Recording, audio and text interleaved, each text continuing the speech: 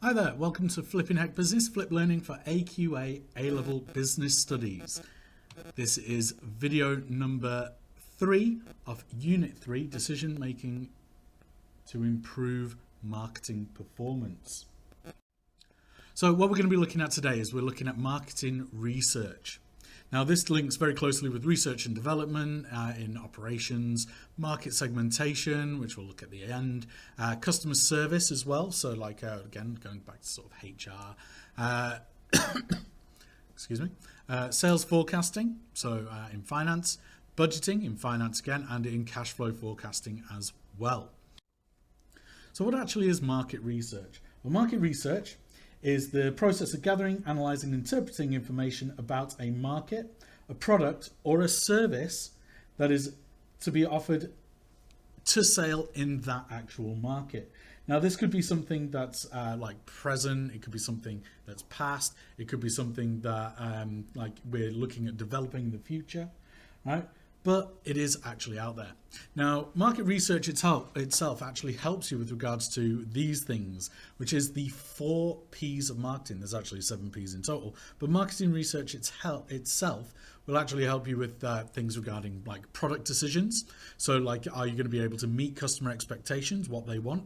Prices.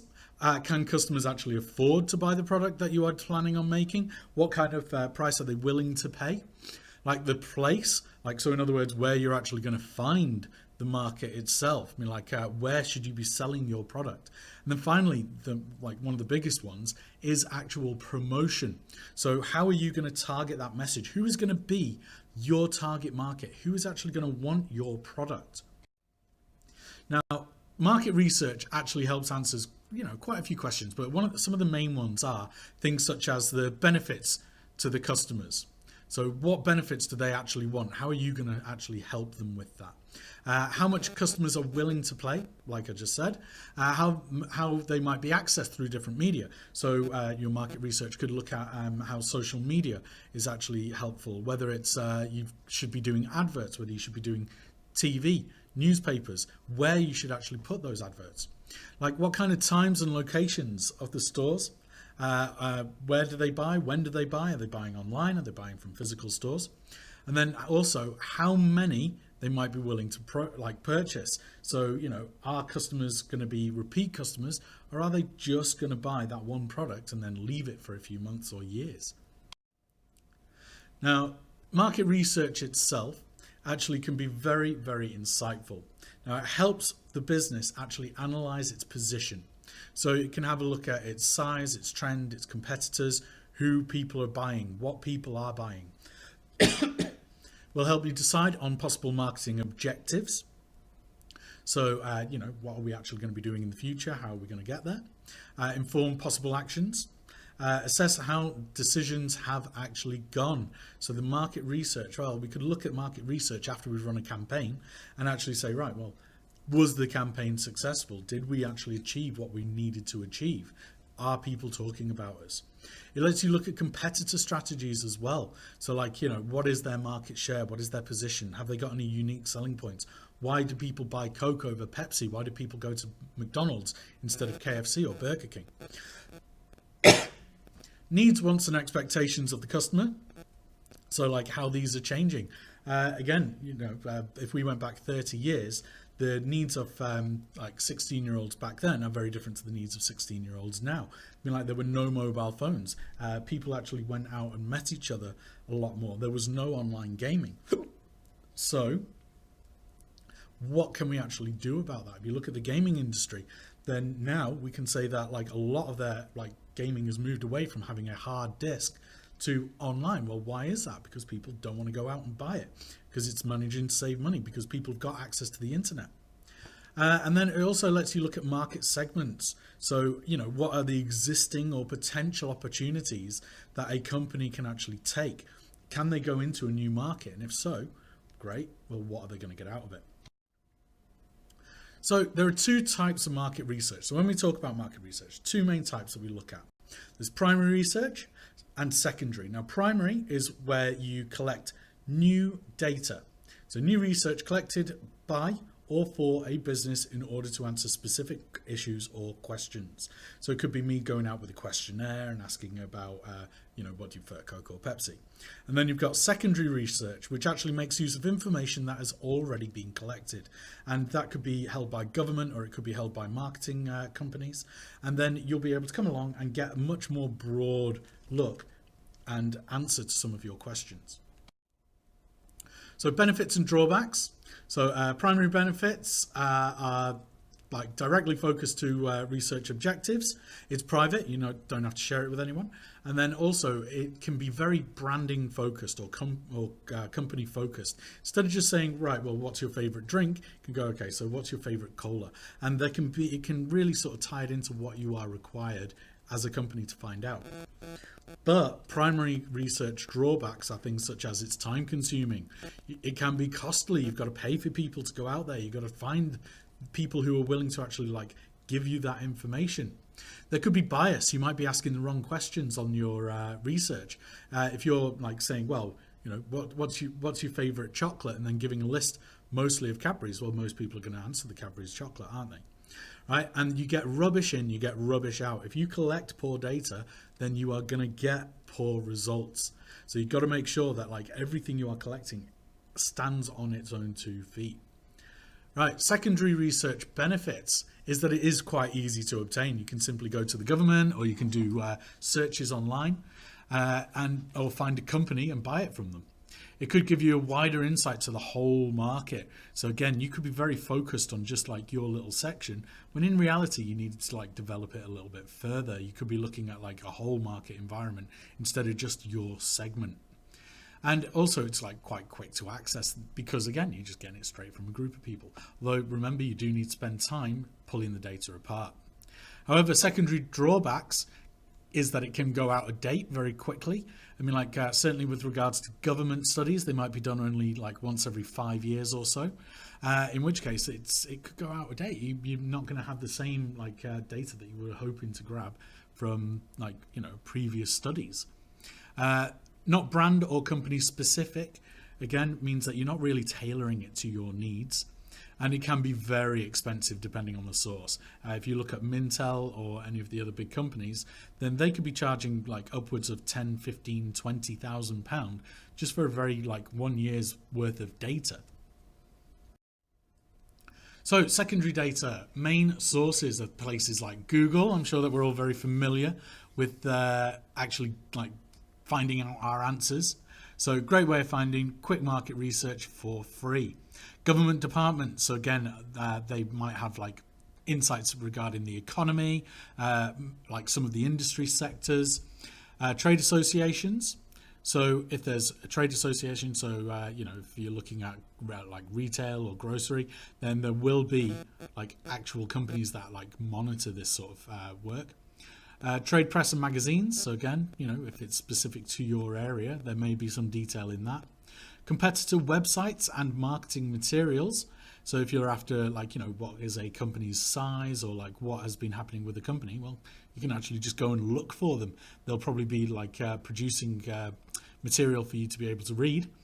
And then market research reports. Now these might be commercial organizations that are actually producing reports available to you. And again, these can be very, very expensive, and they're not really tailored to you, because they're not asking maybe specifically about your company, but they'll be looking at the market as a whole.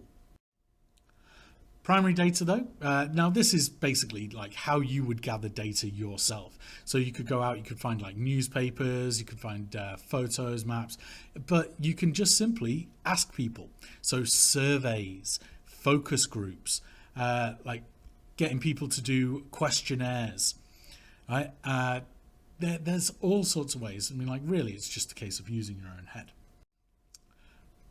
Right, so those are the 2 types of market research. Now, when we're collecting this data, we can rate it as either being quantitative or qualitative. Now, quantitative research is essentially just numerical. Now, the easy way of remembering this, as you can see, I have highlighted here, is that it's quan. So you've got the N. N means numerical, right? So if it's numerical, then we're just looking at actual figures. So it addresses like, how many, how often, who, when, where, right? It could be that it's able to be put into pie charts. It's able to gather like, broad spectrum, but like you could get a good insight about how, your research actually reacts to people. Right. Now, the main methods of obtaining it could be things like telephone, postal, face-to-face, online, doing monkey surveys or anything like that. Very simple ways of getting that information. But qualitative, and here we can go qual, so qual, L there. Research relates to consumer attitudes and their goals, aspirations and interests, right? So instead of them just sort of going, right, okay, well, how many are buying this? They'll go, okay, so why do you buy this? And we can say qualitative with the L means just sort of think letters. So quantitative, numerical, qualitative, letters, right? It's the easiest way that I've found of remembering it. Right? And then we can say, okay, so why are you buying this? Would you buy this type of product? How do you buy this type of product? And it gives a bit more of an understanding into like people's attitudes, into people's beliefs, instead of just what are you doing? It goes, okay, so why are you doing it? Now here you'd be looking at things like focus groups, interviews, like, larger consumer, but you've got to remember that there are advantages and disadvantages to using both of these methods. So qualitative research benefits is that it is essential for important new product development and launches, right? So focuses on understanding customer needs, wants and expectations. So why are you buying this? It can highlight issues that need addressing. So, why aren't you buying this? What do you want to see from the company in the future? And it's a really good way of testing elements of the marketing mix. So like just sort of, how's this new brand react to you? Do you like this promotional campaign? The unfortunate thing is that it's expensive to collect. You have to actually find people who are willing to give it to you. And you need to actually spend time gathering it yourselves. And it could require specialist research skills. You need to be able to ask the right questions. And because it's based around opinions, it's not always going to be like that great a representation. Some people might have some fantastic ideas, or they could be quite, grumpy about their work already, and give you negative feedback on purpose. Benefits of quantitative research, though, is that data's relatively easy to analyze. It's actual figures. You can put it into pie charts. You can easily let people see what's going on, and also it doesn't give you too many different answers. So it provides insights into relevant trends and can be compared with data from another source. So you can look at competitor or history, historical good data. Drawbacks, though, is that it focuses on the data rather than explaining it. So here's the answer. It doesn't really ask why. It doesn't explain the reasons behind any kind of trends. You just got to try and work those out yourself. And it could be unreliable if you haven't used a proper sample size, or the method that you've used has been compromised in some way itself. Right, okay, next bit is sampling in market research. Now sampling basically is gathering data from a sample of respondents, the result of which should then represent the entire population as a whole. Now you can't ask every single person in the UK, what is your favourite soft drink? That would be impossible. So what you need to do instead is you need to take a sample of people from different areas, different backgrounds, and then use that and multiply it out and hope that it's a good representation. So the benefits of using sampling is even a relatively small sample size can provide very useful insights.